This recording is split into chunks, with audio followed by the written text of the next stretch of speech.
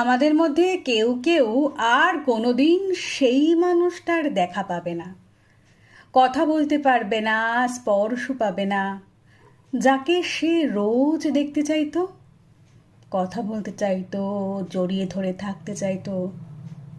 আমাদের মধ্যে কেউ কেউ আর কোনোদিন খিলখিল করে হাসতে পারবে না, ভালোবাসতে পারবে না, কেউ খুব করে ঢাকলেও কাছে আসতে পারবে না।